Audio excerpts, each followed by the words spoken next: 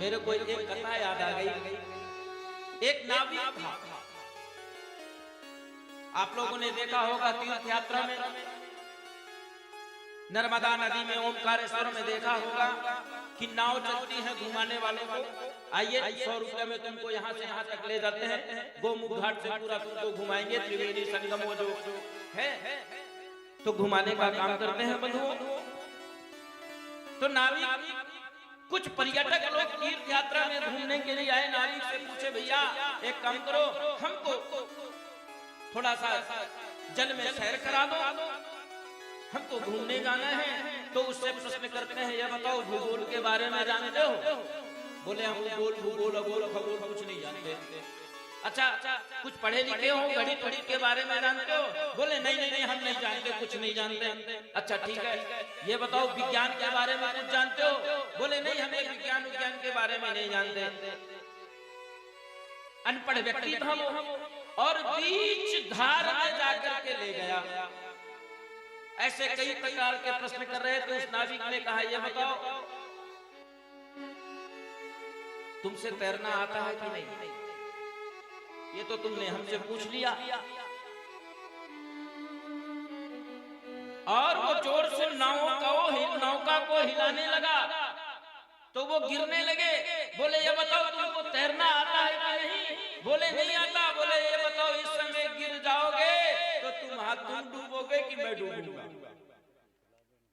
तुमने दुनिया की हर चीज का अध्ययन कर लिया, ज्ञान विज्ञान खगोल भूगोल सबके बारे में जान लिया, लेकिन तैरने के बारे में नहीं जान पाया, तो फिर तुम कैसे अपने जीवन से मुक्त हो पाओगे? इसी प्रकार हम सब कुछ जान गए, लेकिन भगवान के बारे में नहीं जाने, अच्छे संस्कारों का पठन पाठन नहीं किया, बड़ी बड़ी इमारतें हमने तैयार कर लिया, विद्या पढ़ करके हमने अध्ययन करके खूब धन कमा लिया। इसलिए मेरा निवेदन है, गोस्वामी तुलसीदास जी ने बहुत अच्छा बात कहा है। क्या कहते हैं?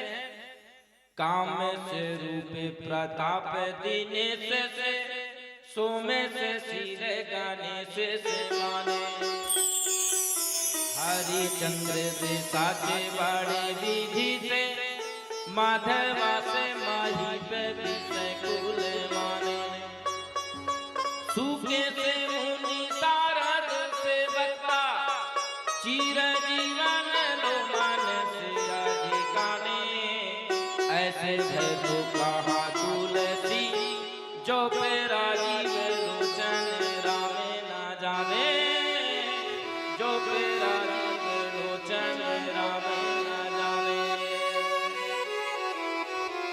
काम से रूप प्रताप दिनेश से, आप कामदेव के जैसे सुंदर हो जाएं, सूर्य के प्रताप जैसे आप बड़े हो जाएं, गणेश जी के आगे आपकी पूजा होने लगे, सुखदेव से बड़े आप प्रवक्ता बन जाएं, शारदा से ज्यादा आपके पास ज्ञान हो जाए, और ब्रह्मा जी से ज्यादा आप सृष्टि की रचना करने वाले हो जाएं। सब कुछ आपके पास हो, पर यदि राम रूपी धन नहीं है तो सब बेकार है। आप यहाँ आए हैं, आपके पास सब कुछ है, लेकिन यदि आपको शिव से प्रेम नहीं हुआ बंधुओं, तो कोई मतलब नहीं। इसलिए तीर्थों में जाएं,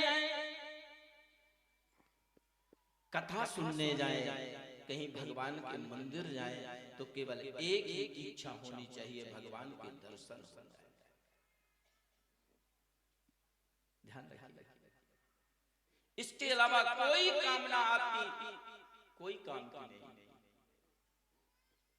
धन तो आप थोड़ा सा मेहनत कर लोगे, कमा लोगे, मिल जाएगा। पापी लोग भी धन कमा रहे हैं कि नहीं कमा रहे हैं? बताना ईमानदारी से। सब कमा रहे हैं। और आज इस घोर कलयुग में कोई भूखा नहीं मरता, वो चाहे जैसे भी चले। पहले तो कुछ गरीबी भी थी, आजकल लगभग सब जीते हैं और अच्छा खासा खाते हैं। तो बंधुओं, सूत जी महाराज से सौनक जी महाराज कहते हैं कि ऐसे ऐसे कलयुग में लोग होंगे, अब इनके मुक्ति का उपाय क्या है, इनका उद्धार कैसे होगा। तो सौनक जी महाराज, सूत जी महाराज सौनक जी महाराज के प्रश्न को सुनकर के प्रसन्न हो गए।